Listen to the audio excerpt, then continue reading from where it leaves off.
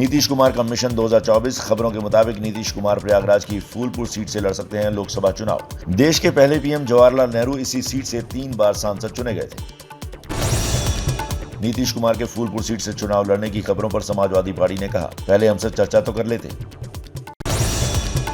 UP के पूर्व cabinet मंत्री और बीजेपी नेता सिद्धार्थनाथ सिंह का बयान, कहा नीतीश पहले अपना घर संभाल लें, यूपी बहुत दूर की बात है, फूलपुर आ गए तो जनता जमानत जब्त करवा देगी। जेडीयू अध्यक्ष ललन सिंह ने प्रशांत किशोर पर बोला हमला, कहा प्रशांत किशोर बीजेपी के लिए काम कर रहे हैं, यहां उनकी दुकानदारी नहीं चल पाई। कांग्रेस के वरिष्ठ नेता जयराम रमेश ने कहा, कांग्रेस हाथी की तरह मजबूत है, बिना कांग्रेस विपक्षी एकजुटता असंभव, कांग्रेस मुक्त भारत कभी नहीं हो सकता। आईआरसीटीसी घोटाले में सीबीआई ने तेजस्वी यादव के खिलाफ कोर्ट में अर्जी दी, जमानत रद्द करने की मांग की। राउज एवेन्यू कोर्ट ने तेजस्वी यादव को नोटिस जारी किया। आप विधायक अमानतुल्लाह खान को 4 दिन की एसीबी रिमांड में भेजा गया। अमानतुल्लाह बोले, बेवजह फंसाया जा रहा है, मेरे घर से कुछ नहीं मिला, आपको बदनाम करने की कोशिश। अमानतुल्लाह खान की गिरफ्तारी पर भड़की आम आदमी पार्टी, कहा हम पर झूठी कार्रवाई हो रही है, अमानतुल्लाह के घर से कुछ भी नहीं मिला। गुजरात में केजरीवाल के बढ़ते कद से बीजेपी परेशान है। आर्म्स एक्ट के तहत दिल्ली पुलिस ने अमानतुल्लाह खान के बिजनेस पार्टनर हामिद अली को गिरफ्तार किया। छापे में 1 पिस्टल, गोलियां और 12 लाख नकद मिले थे। आप विधायक अमानतुल्लाह खान के घर एंटी करप्शन के छापे के वक्त का वीडियो सामने आया। दावा है कि टीम पर हुआ हमला करने वालों की तलाश जारी। पुलिस ने हमले से जुड़ी एक और एफआईआर दर्ज की। बीजेपी अध्यक्ष जेपी नड्डा आज से हिमाचल दौरे पर रहेंगे। मेयर, डिप्टी मेयर और जिला परिषद समेत कई लोगों से मुलाकात करेंगे। अरविंद केजरीवाल की अध्यक्षता में आज आम आदमी पार्टी का पहला राष्ट्रीय जनप्रतिनिधि सम्मेलन होगा। बीजेपी को घेरने पर मंथन होगा। रक्षा मंत्री राजनाथ सिंह आज से 3 दिन के इजिप्ट दौरे पर रहेंगे। दोनों देशों के बीच रक्षा सहयोग को और मजबूत करने पर जोर रहेगा। विदेश मंत्री एस जयशंकर आज से 11 दिन की अमेरिकी यात्रा पर रहेंगे। कई महत्वपूर्ण बैठकों में हिस्सा लेंगे। मदरसों का सर्वे कराने के सरकार के फैसले के विरोध में आज यूपी के मदरसों का सम्मेलन। सुबह 9 बजे से दोपहर 1 बजे तक प्रसिद्ध मस्जिद रशीद में होगा सम्मेलन। जुटेंगे 400 से 500 उलेमा। यूपी के इलाहाबाद सेंट्रल यूनिवर्सिटी में फीस में 4 गुना बढ़ोतरी किए जाने के विरोध में छात्रों का आंदोलन। हल्की बारिश के दौरान भी 12वें दिन जारी है छात्रों का अनशन। पीएम मोदी का 72वां जन्मदिन बना यादगार। 70 साल बाद देश में 8 चीतों की वापसी। पीएम ने मध्य प्रदेश के क्रूनो नेशनल पार्क में एंट्री कराई। 1 अक्टूबर तक पार्क बंद। आज भारत की धरती पर चीता लौट आए हैं।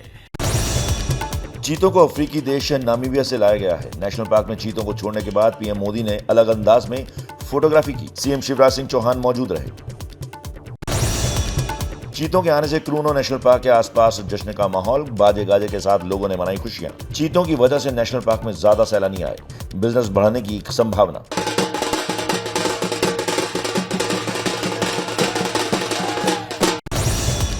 अफ्रीकी देश नामीबिया से 8 चीते भारत लाए गए हैं। पीएम ने नामीबिया सरकार को शुक्रिया कहा। बोले, चीतों को लाने में कड़ी मेहनत लगी है। 70 साल पहले 1952 में चीतों को विलुप्त घोषित किया गया था। तब चीतों को पालने और शिकार करने की वजह से ऐसा हुआ। मोदी बोले, 70 साल में किसी ने चीतों को वापस लाने के बारे में सोचा ही नहीं। चीतों को देश से विलुप्त तो घोषित कर दिया, उनके पुनर्वास के लिए दशकों तक कोई सार्थक प्रयास नहीं हुआ। चीतों को लेकर राहुल गांधी का पीएम मोदी पर निशाना। कहा, देश में सबसे ज्यादा बेरोजगारी और महंगाई है, लोग काफी पीड़ा में हैं और मोदी चीते लेकर आए हैं, ये बेतुका है। People of India are going through tremendous pain. At the same time, the Prime Minister has got 8 cheetahs from Africa. It's absurd. Namibia के चीते भारत लाए जाने पर एसपी अध्यक्ष अखिलेश यादव का तंज।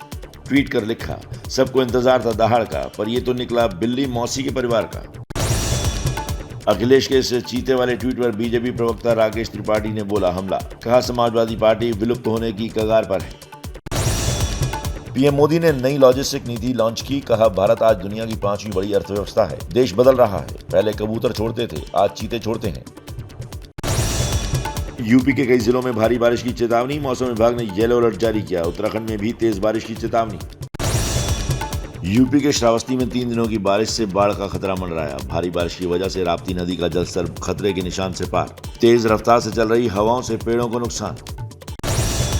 यूपी के सीतापुर में प्रशासनिक अधिकारी ने बाढ़ प्रभावित इलाकों का दौरा किया। बैराज से लाखों क्यूसेक पानी छोड़े जाने से घाघरा और शारदा नदी उफान पर है। बाढ़ आने पर लोगों को सुरक्षित स्थानों पर ले जाया गया।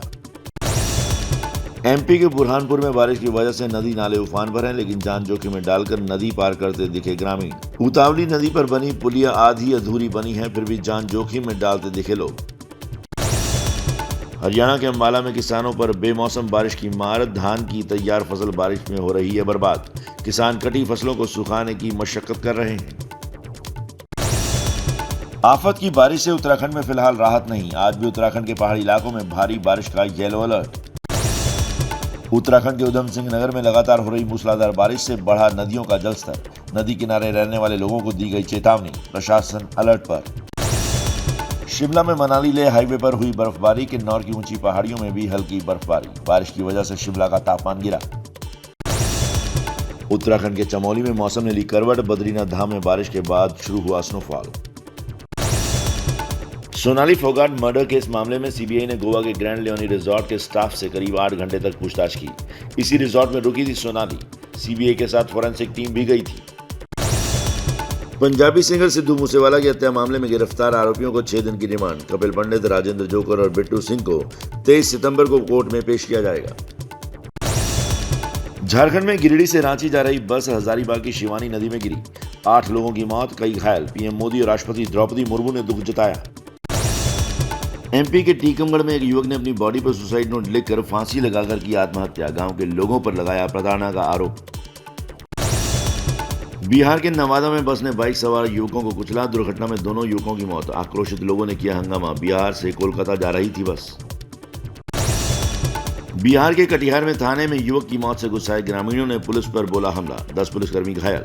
भीड़ को नियंत्रित करने के लिए पुलिस ने की हवाई फायरिंग।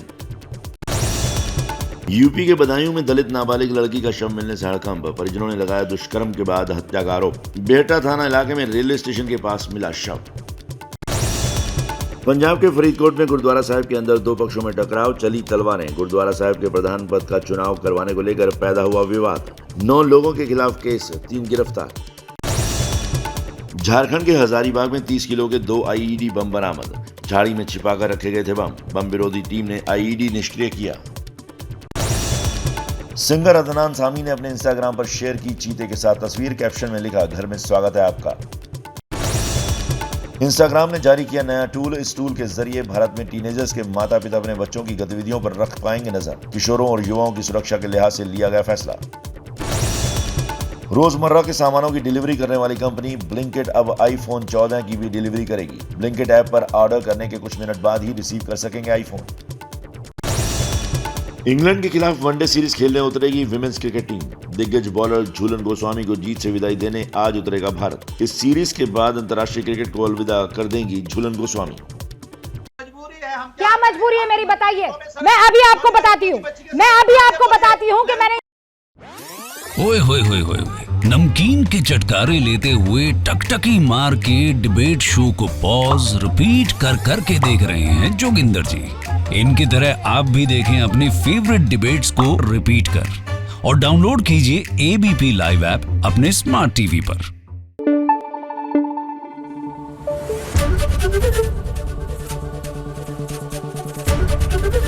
एबीपी न्यूज आपको रखे आगे।